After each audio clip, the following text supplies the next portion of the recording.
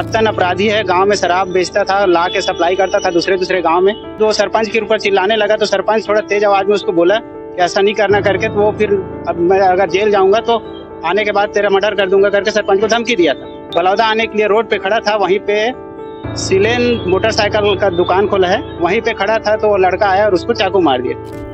शराब की home delivery रोकते ही सरपंच पर चाकू से हमला कर डाला। ये घटना बलौदा बाजार के पास गेंदरा गांव की है। यहाँ सरकार की शराब नीति का असर अब गांवों में दिखने लगा है। कोचिए अब खुलेआम शराब घर घर पहुंचा रहे हैं। गांव के सरपंच भागीरथी कुर्रे ने एक युवक साहिल को होम डिलीवरी से मना किया। इससे नाराज होकर साहिल ने गुस्से में सबके सामने सरपंच पर चाकू से हमला कर दिया। बैठक में गाँव के लोग और पंचायत सदस्य मौजूद थे। पुलिस ने मामला दर्ज कर लिया है और आगे की कार्रवाई चल रही है।